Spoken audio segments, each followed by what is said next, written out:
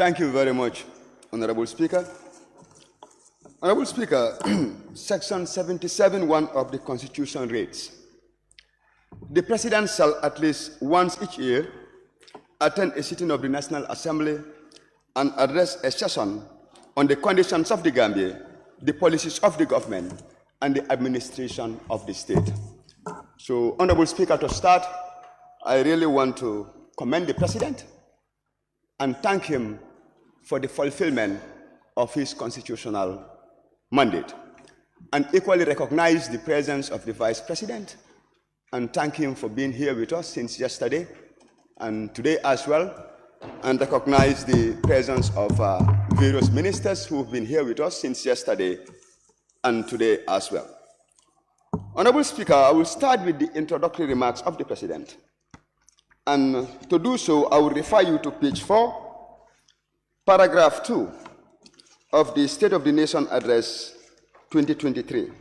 And with your permission, Honorable Speaker, I will read. It states, "In view of our mandate within the major arms of government, we do not only represent the interests and aspirations of our people, but also form three distinct but unified and inseparable parts of the government machinery. The need for cooperation is therefore obvious."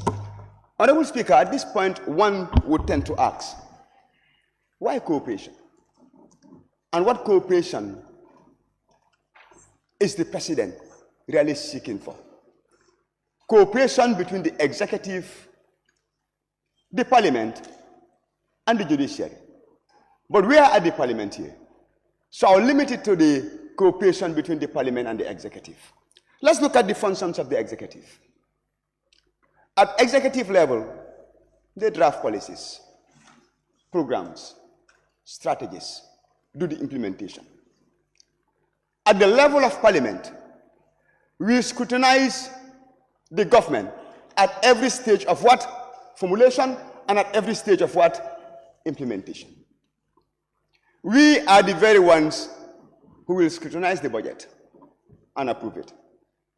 We are the very arm who will what? Legislate what? The laws.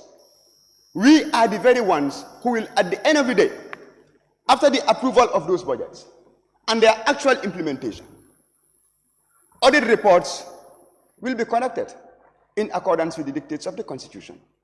And those audit reports will be presented in front of what? Our committees. Honorable Speaker, what I'm trying to say here is a deeper cooperation is required if at all we have to move this country forward. I can stand here and say anything. Criticize the SONA, criticize the government, talk about corruption, talk about everything. But where do I fit in the circle of scrutiny? There is nothing that the government will implement without the approval of this House. There is no single project that the government will implement without oversight functions carried out by this National Assembly. So now let us ask ourselves, do we continue with the combative approach, or do we really go in on a proactive stand where each and every individual, each and every arm of the government will take up your utmost responsibility with one interest, and let it be Gambia? And I strongly believe that that is a loaded message, and it is an obligation upon each and every one of us as National Assembly members to ponder over it and know that it is obligatory, because we all swear to what? To serve. Do I serve by only criticizing without performing accurate oversight and scrutiny? Or do I serve by bringing my expertise on the table, being critical where there is inefficiency, providing solutions where I believe alternatives can do better? And Honorable Speaker, at this point, to continue on those deliberations, I would like to, with your permission, make a quotation from Alexander the Great, where he said, "Remember, upon the actions of each depends the fate of all." Upon the actions of each depends the fate of all. So which means, at our individual responsibilities, at our individual stations, we need to discharge our functions to the fullest.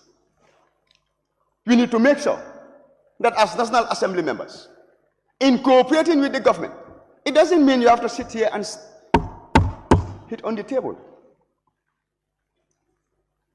It doesn't mean that you have to stand there and everything that comes, whether it is good or bad, you say no. It means that you have to be rational. It means that you must have this country at heart, and that should not be lip service.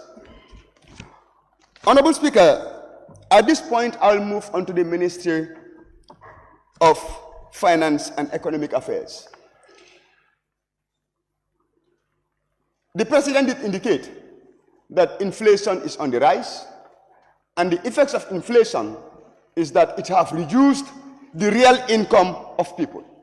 Now, when we say real income of people, we mean their purchasing power. We mean their command over units of goods and what? Services. We mean how much could they have bought yesterday from $5 compared to what they could have bought it for today. Honorable Speaker, that is a concern, and it requires concerted efforts. That's why we would like the Honorable Minister for Finance and Economic Affairs to give us some progressive reports with regards to certain monetary and fiscal policies which were pronounced in the SONA of 2023, to know how the government is faring with them. Are there gaps? Are there changes in policies? And what can we do concertedly as a government so that we can change the figures? Because if you go out there today, we are all part and parcels of our society. We have a government to promote, and we have a people to lead. And we know, with the rising inflation, the cost of basic commodities, what? Is skyrocketing. So, Honorable Vice President, since the Finance Minister is not here, in the 2022 SONA, he did indicate the medium-term economic fiscal framework, which is supposed to commence in 2022 and last up to 2026. He did also indicate the Recovery Focused National Development Plan, which is the RFNFP, which will start from 2023 to 2027. And all of these measures were there to stimulate economic growth and recovery. We really want to know how those measures are faring vis-a-vis the current inflation, rising inflation that we are witnessing. Honorable Speaker, on domestic resource mobilization,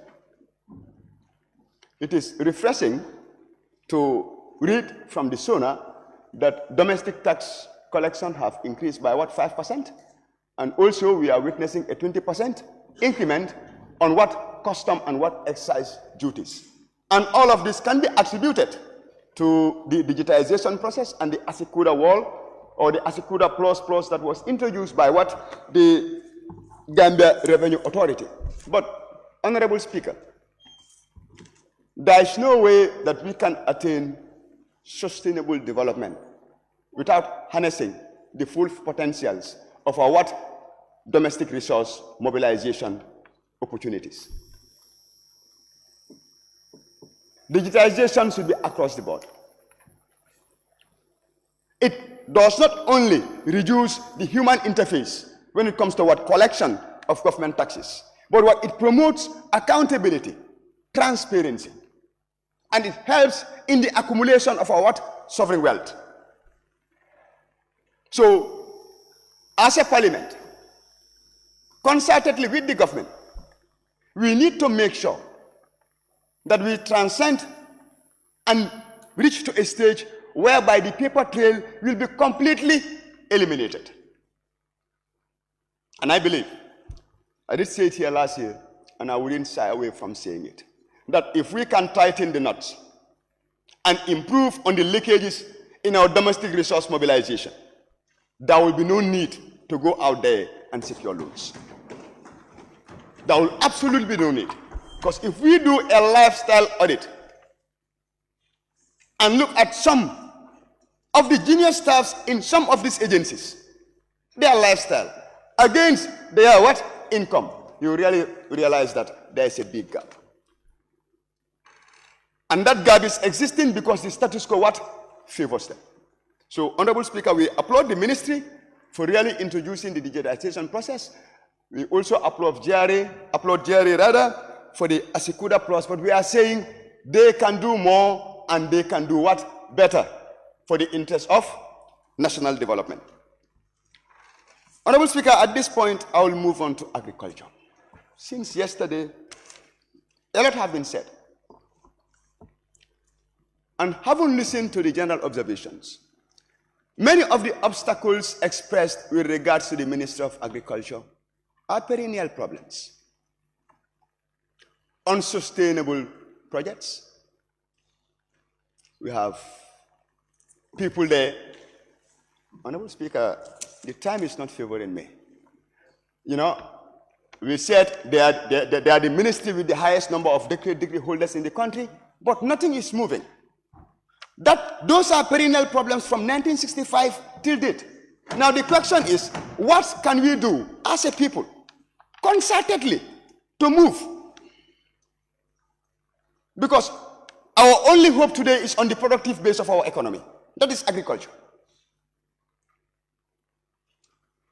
We have the land.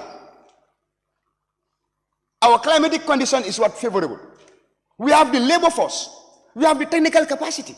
Now let's ask ourselves as a people, do we have foreigners working at the Ministry of Agriculture? No. They are Gambians from 1965 till date. Every day standing here, during each and every adjournment debate, or during any debate on this honor, 20 bullets at those staff would not change it. Let's ask ourselves, at committee level in the National Assembly, where are we getting it wrong first? Put our house in order. That is the paradigm shift we need to progressively engage the Ministry of Agriculture so that we can move and enhance the productive base of our economy. And to that end, I would really like to commend the ministry for coming up with the fertilizer plan and also making sure that this year the price of fertilizer have been reduced significantly in comparison to what it cost last year. And also, most importantly, the establishment of processing companies using PPP. This is important. As a nation, it's sad to say, but we don't produce anything apart from the natural water. Apart from the natural water, we don't produce anything. So if at all the agricultural ministry is coming up with value addition so that we can transform those raw materials into finished goods, it will not only provide employment, but it will boost our exportation. This will be really good for the recovery of our economy, and it will place Gambia on a new spot when it comes to our what? Competitiveness. Honorable Speaker, Ministry of Water Resources, National Assembly matter, Fisheries, Water Resources, and National Assembly matters. It is reported that this particular ministry contributes almost 10% to... Point of order, Honorable Speaker.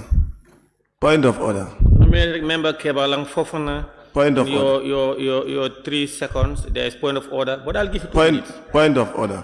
I'll give you 2 minutes. Point of order. Can you please? Point of order. 50. Honorable Member for your time. Please take your seat. Take your seat.